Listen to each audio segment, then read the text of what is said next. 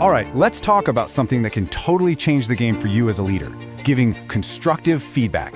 Now, I know it sounds simple, but there's a real art to getting it right. So let's break it down and master this thing. Be honest. Does the thought of giving feedback make your stomach do a little flip? If it does, hey, you are in good company. It is one of the most common things leaders dread. But what if that whole feeling is based on, well, a misunderstanding?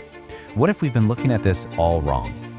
Exactly. We need to shift our perspective right now. This isn't just about getting through a tough conversation. It's about learning to use one of the single most powerful tools you have in your toolbox to create real, positive change. And this quote right here, this is the heart of it. Just listen to those words: shape performance and support development. See, this has nothing to do with pointing out flaws. It's all about building something better. That simple change in how you see it, well, that's the foundation for everything. Yeah, this really says it all, doesn't it? We get feedback and criticism all mixed up. Criticism, that's like taking a wrecking ball to something, it just tears it down. But constructive feedback, that's totally different. It's like you're handing someone a blueprint and the materials to build something stronger and better than before. So how do we actually do this? How do we put it into practice? Well, it all starts with understanding that good feedback isn't a one-way street. It has two equally important sides. It's this dance between giving feedback for improvement and for recognition. And you can see these two sides pretty clearly here. On the one hand, you have feedback for improvement. That's all about growth, right? The future. It's focused on shaping what comes next. But on the other hand, you have feedback for recognition.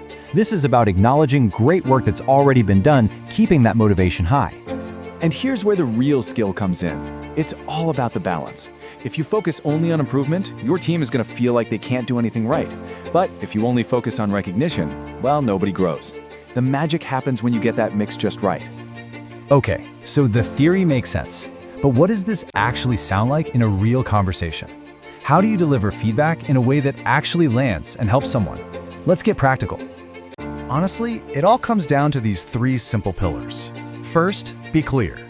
No jargon, no beating around the bush. Second, be specific. You need to be more proactive is useless feedback. It means nothing. But, hey, in yesterday's meeting, I noticed you were quiet. Next time, I'd love for you to jump in with one of your great ideas. See the difference? Now that's something someone can act on. And third, always be constructive. It's all about what to do next. And as you're using those pillars, you've got to watch out for these traps. Vague statements, we just talked about that. Making it personal, obviously a no-go. And my personal pet peeve, the feedback sandwich. You know the one, you say something nice, then you drop the criticism, then you end with something nice. It just feels fake, and it totally undermines trust. Just be direct and kind.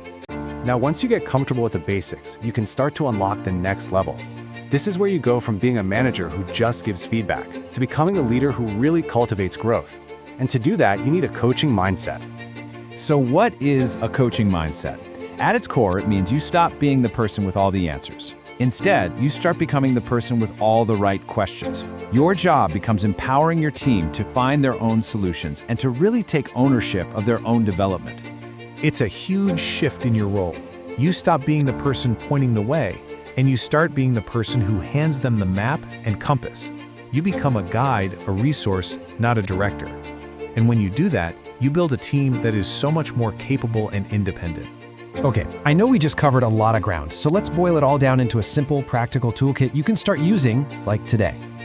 Here it is, your feedback toolkit. First, remember, feedback is for shaping, not for shaming. It's a tool.